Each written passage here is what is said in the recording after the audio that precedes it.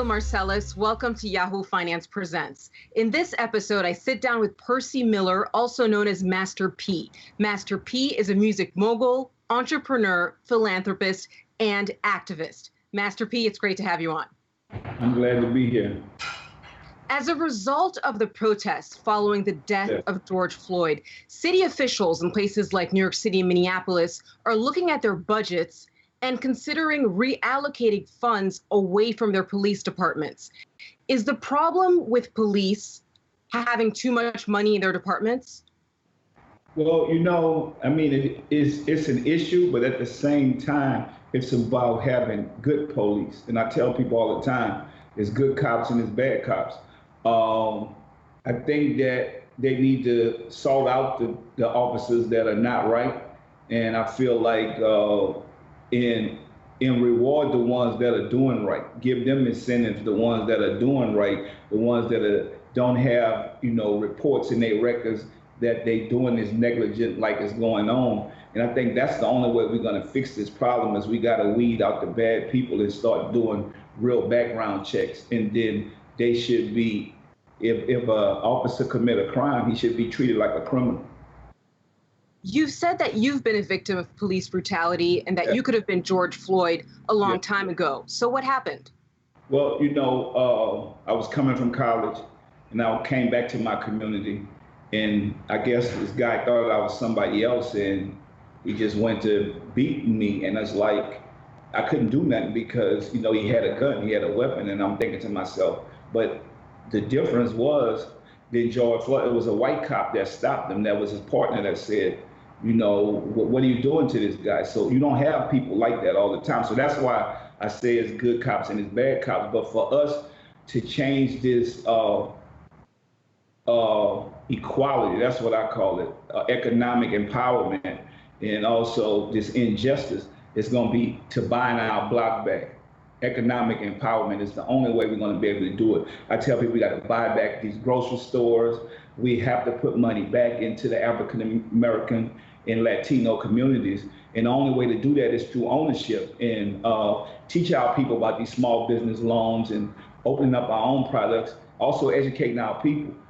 We created a program, it's called Boss Up Stock, to teach our people about stock and buying products that we are buying, that we buy every day, learning how to buy into those products.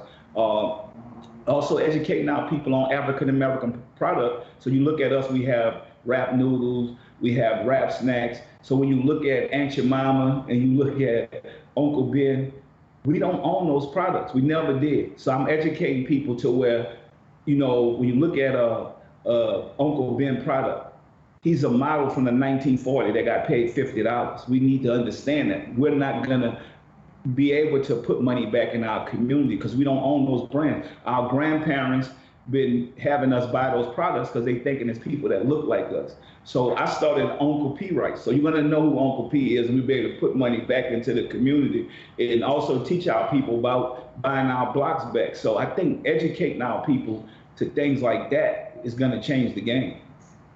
Absolutely. And in your view, how has racism impacted the economic outcomes of Black Americans? Because Black workers are earning about 82 cents for every dollar that their white counterpart is paid. That's why I need to be diversity. The diversity needs to start from there because when we hit the pockets, we hit the money, we hit the wealth. If you look at how many African American owned public stock trading companies, it's only 5. I mean, we're outnumbered. When you talk about business in America owned by African Americans, it's 1%. That has to change. And when you talk about in the television and film world, it's only 3 to 5%. So when we talk about injustice, in order for us to change that, we have to be a part of the financial side, the money side. We have to show people that we are creating these products and brands, but we don't own them because we think in being an entertainer or athlete. And I tell people all the time, product outweighs talent. So we have to put money back into us. Even though, I tell people all the time, start your business. I think this is a great time, what we're going into right now, because not only us protesting, it's whites, blacks, the unity that you're seeing out there. So I think that we done sparked the plug with George Floyd death.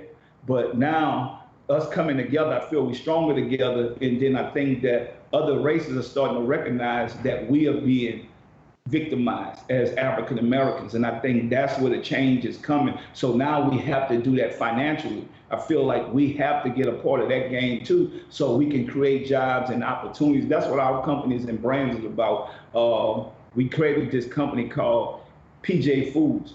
So we want to be able to be just as big as Garment Foods, which is a $1 billion business.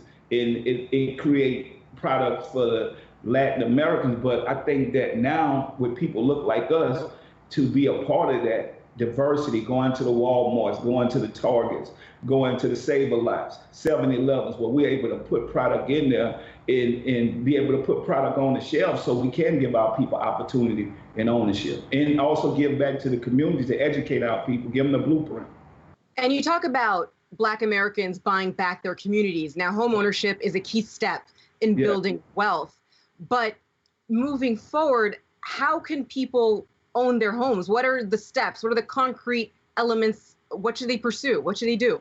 Well, the first step is to, going out there thinking, have the vision that you can do it. So you can see people like us that need more of owners, like people thinking, being entrepreneurs, thinking outside the box, because 70% of America is unemployed. So now we unemployed. Let's start thinking like bosses. That's what our Boss Up stock app is all about. Think like a boss now. We don't have the time. So now educate yourself. You could go online, buy some small property. I tell people all the time, buy something small, figure out how to do it. So even in our community, so imagine if we own some of those grocery stores. So we are making the phone calls to the police because we know everybody in the community. Oh, that's Uncle Larry.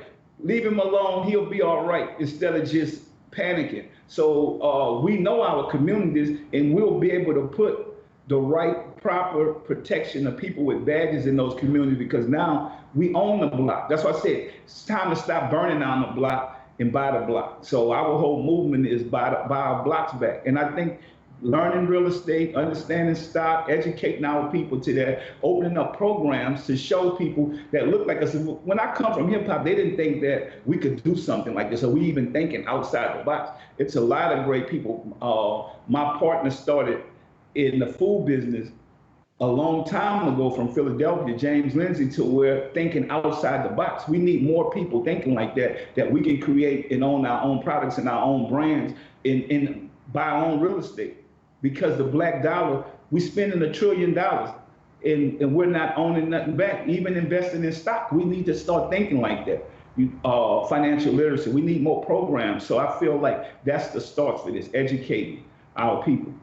Yeah, and you say it's important to think outside the box because when it comes to the big banks, Black Americans who want to get loans to start a business, many of them struggle to get those loans green-lighted. So how does one overcome institutions and those kinds of barriers? You know what we're fighting for right now, we got to do it on a financial level and start fighting for those rights on a financial side and start showing people that we have people that are thinking outside the box, coming up with great ideas. Just like I said, I mean, if you have Aunt Jemima pancakes, Uncle Ben rice, these are not real people.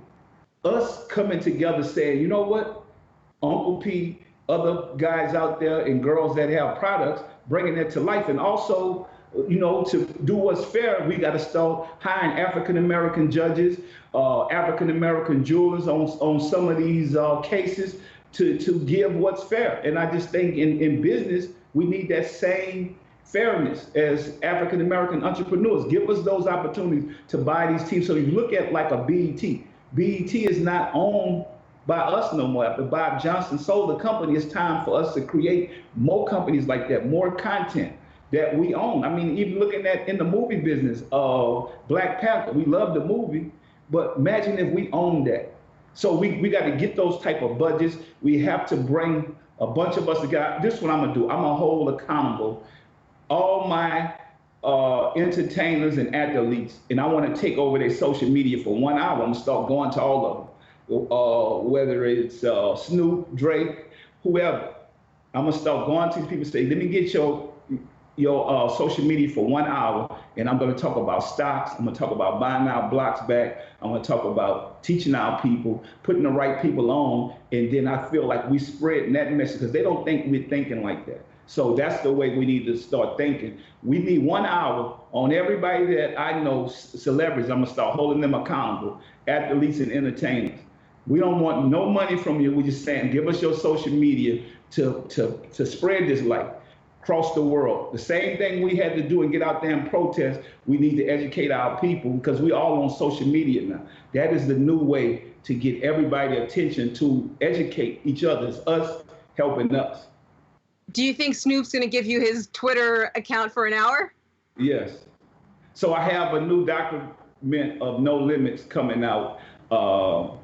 It's July 29th. And so you're going to hear the whole story about No Limit and how we started. We started from poverty. So I want people to see me and say, if Master P could do it, I could do it. So I'm just going to hold accountable everybody that's been a part of my world, but even the people, I don't care whether it's Beyonce or Jay-Z, Usher, I'm going to reach out to these guys, the ones that understand why we need to own our communities and our blocks and create our own products and grocery stores. They're going to get it. We're not asking them for no money. I'm asking them to give us your social media for 1 hour to talk to your fan base and show them and teach them some things that we need to be protesting about till where we don't have to die out in these streets by the injustice of bad police officers out there in the world, because we're going to be controlling these blocks once we buy them back. And Master P, what really shocks me is that this could have never have happened. You could have possibly sold the rights to your own name, not be able to use it because you were offered reportedly a $1 million music contract in the 90s. That would have put you out of the game. So how important is it for talented celebrities, actors, entertainers to not just sign, but really understand what's in these contracts? Well, you know what? That's going to take doing some research.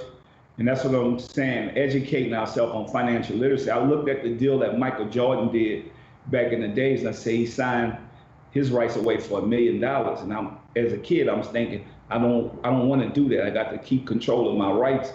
And so even though Jordan went on and made billions of dollars, but I want people to look at the good things we've done and the bad things, the mistakes that we made. So I tell people, it's never a loss. It's always a lesson. So every L is a lesson for us. So take our lives, other people's lives. So I took what Michael Jordan did, which is he's a billionaire now, but they also had a guy named Spencer Haywood that could have owned 10% of Nike back in the days, but he took $100,000. So that's what I mean. When you're educated, you know what's going on, he could be $8.6 billion richer right now. And this is a guy that probably played for the Sonics back in the days, probably made $300,000, but he would be owning. So that's what I'm saying. Even as CEOs, African-American CEOs in the Fortune 500 companies, it's only 3. So which is 0.5%. That has to change. So we have to think. So having vision like that is going to take some time. It's going to take some sacrificing, being able to wait for your money in the long haul instead of getting it right now. I think that's the way we have to start thinking if we want to change this property. We can't just go for the check. We have to go for the big check to where, you know, now we're thinking outside of the box to where we own it. We're putting people in positions. We're giving people opportunities. This is the way we need to think now. I know everybody can't think like that, but most of us, especially since we have 70% of unemployment going on right now. I mean, we need to start thinking like a boss. Well, Master P, it's great to see you want to reinvest your success in the Black community with concrete goals and plans and your call to action to your fellow celebrities. It was great to have you on. Thanks so much. Yes, thank you.